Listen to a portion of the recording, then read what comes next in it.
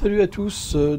Première question de Greg, l'humilité naît-elle de la confiance des autres? Alors je dirais que pas forcément, parce qu'il y a des gens qui n'ont pas du tout d'humilité et qui sont très contrôleurs, et ça ne fait pas naître l'humilité forcément. Par contre, je dirais, encore ce fameux proverbe, dis-moi qui tu fréquentes, je te dirai qui tu es. Quand on rencontre des gens vraiment humbles, alors naturellement on contracte les qualités de l'humilité. Ça, c'est une réalité. C'est pour ça que Ramajacharya disait que si on voulait contracter cette humilité et ces qualités, on devrait s'associer avec des personnes qui sont des saints, qui sont des gens humbles et qui veulent le bien de tous les êtres. À partir de là, oui, on pourrait véritablement comprendre l'humilité. La vraie humilité, ça veut dire quoi? Entrer en contact avec quelque chose qui est vraiment supérieur et qui nous dépasse et qui nous rend humbles. Donc il faut vraiment une prise de conscience très élevée pour être humble. Ce n'est pas une humilité juste externe pour comment être un bon personnage, pour être avec les gens. C'est une humilité qui est due à une émergence de la petitesse. Quand on comprend qu'on est tout petit et que tout est tellement grand, alors on devient humble. Voilà, c'est pourquoi c'est une prise de conscience vraiment l'humilité. Question de Nada. As-tu déjà eu peur de ton reflet? Oui, bien sûr que ce reflet, quelque part, c'est pas exactement nous-mêmes. Quand on a le reflet de notre véritable personne, au contraire, on est complètement rassuré, émerveillé de notre beauté. Mais quand nos défauts, parfois, ressurgissent, et prennent le dessus de nous-mêmes, oui, bien sûr que ça peut faire peur. Et on n'a pas envie de rester comme ça. On a envie de rattraper nos erreurs, d'aller vers cette vraie personnalité. Donc la spiritualité, ça permet de rencontrer qui nous sommes véritablement. Et parfois, quand les influences de l'ignorance et de la passion prédominent en l'être, alors des mauvaises choses peuvent réapparaître. Et ce reflet, oui, il n'est pas beau. Je sais par exemple qu'à une époque, quand j'ai voulu véritablement me libérer de la haine, et ben ça n'a pas été facile, cette haine elle venait me chercher. Ça a été des moments tellement difficiles où je me retrouvais contre mon gré à être emporté comme dans une démence, quoi, violente. Et je ne savais pas comment m'en sortir. Et j'ai pu, grâce à la spiritualité, véritablement éliminer tellement de choses au fond de moi-même, même s'il reste peut-être des petites choses. C'est tellement insignifiant par rapport à ce que j'étais avant. Et pourtant, même ces choses insignifiantes, oui, bien sûr, je veux m'en débarrasser. Ça ne me plaît pas, je veux aller plus loin. Et c'est ça qui est beau. On est dans un chemin, on va toujours vers plus d'efforts pour enlever ce qui est mauvais.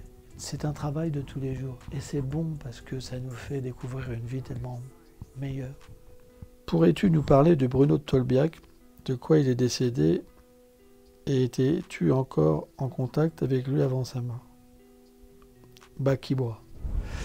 Bon, j'ai connu Bruno, alors c'était le chanteur des Tolbiac Toads, un skinhead de Tolbiac. J'avais 15 ans quand j'ai connu Bruno. Et j'étais souvent avec Bruno. Et c'était quelqu'un qui était assez mal dans sa peau depuis le début, je m'en rappelle. Il travaillait au ministère, je sais plus quoi, ministère de l'Intérieur, je crois. Et je me rappelle encore de lui avec sa moto, son blouson bombardier, ses pompes, etc. Et c'était quelqu'un d'hyper agressif, vraiment, mais très mal dans sa peau. Et aussi qui vivait mal sa sexualité quelque part.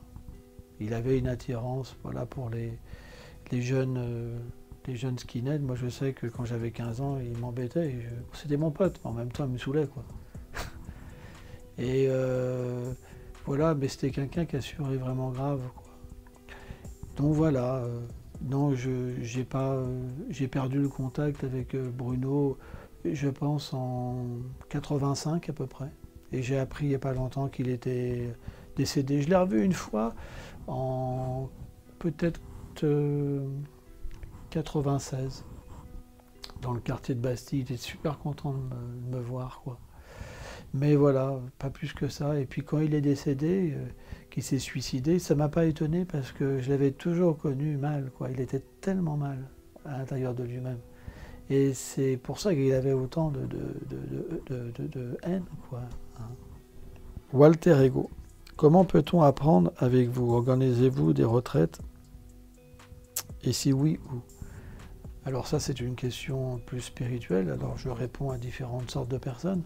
Alors bien sûr, pour la spiritualité, on a donc un temple, un monastère, où on enseigne la voie du service de dévotion, le bhakti yoga qu'on appelle ça, le mantra yoga, le hatha yoga. On a plein de sortes de yoga qu'on apprend à différents professeurs, différents élèves. Et voilà, il suffit simplement de prendre contact avec le temple, et puis voilà. Alors moi, bien sûr, je ne mélange pas. Cette personne, elle veut quelque chose de spirituel, c'est son droit.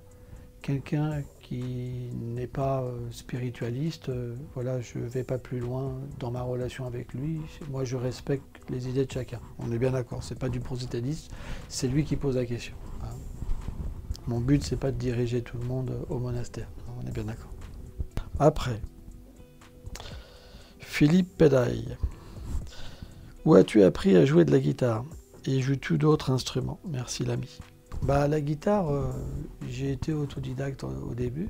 Et puis après, j'ai eu un moment où vraiment je m'y suis mis à fond. J'avais un professeur qui s'appelait Khalid, un gars de ma cité. Donc après mon époque skinhead, quand on a commencé à faire les types antipathiques avec Iman, j'ai commencé à prendre des cours. Et là, j'ai commencé à jouer 6 heures par jour, 8 heures par jour. Je faisais plus que ça, quoi. J'étais vraiment devenu un dingo au point où, au bout de 3 ans, j'ai pété un câble, quoi. J'avais été trop loin dans la technique, tout ça, et peut-être que je ne m'étais pas assez éclaté, quoi. Donc c'est pas pour autant que j'ai laissé la musique, quoi. Mais voilà, je suis pas non plus un super musicien, quoi. Il y a des millions de fois, des milliers de gars qui sont meilleurs que moi, quoi. Mais bon, voilà, pour moi la musique c'est quelque chose d'important, j'en ai toujours fait. J'aime ça. C'est un moyen pour moi de m'exprimer, d'exprimer mon amour. Comme au début, c'était pour exprimer ma haine, maintenant c'est pour exprimer mon amour. Ça fait partie de mon personnage. Je ne peux pas l'expliquer. Je suis un musicien. Voilà. C'est comme ça. Apprendre ou à laisser. Konzo. Question. La cité où j'ai grandi, pensez-vous que c'est devenu pire ou cela s'est amélioré maintenant? Qu'est-ce qui a changé? Alors, je suis repassé dans ma cité il n'y a pas longtemps.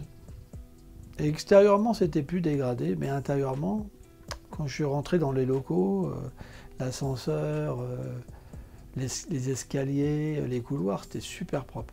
Donc j'ai vu quand même qu'il y avait moins de dégradation. Et puis j'ai pas vu beaucoup de jeunes.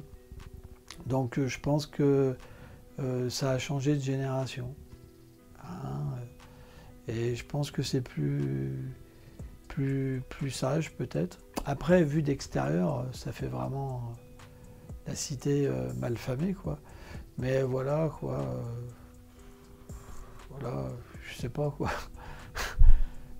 Moi, j'avais grandi... Tu sais, quand tu connais quelque chose depuis tout petit, tu vois pas si c'est dégradé ou pas. Tu es né dedans, donc tu sais pas. Moi, j'avais 6 mois quand j'ai atterri là-dedans. Donc, j'ai toujours connu cette cité comme ça. Donc, pour moi, voilà, pour te dire si ça n'est plus dégradé ou pas, je sais pas, quoi. Je ne saurais pas te dire. Ce que j'ai vu, à chaque fois que j'y étais, j'ai pas vu de jeunes qui traînaient, tout ça. À mon époque, il y en avait toujours, quoi. On était une petite bande de 20, tu vois. Il y avait des plus grands qui disaient de la cam, tout ça. J'ai pas vu ça. Donc je pense que quand même ça s'est amélioré. Ok, bah voilà pour aujourd'hui. Salut!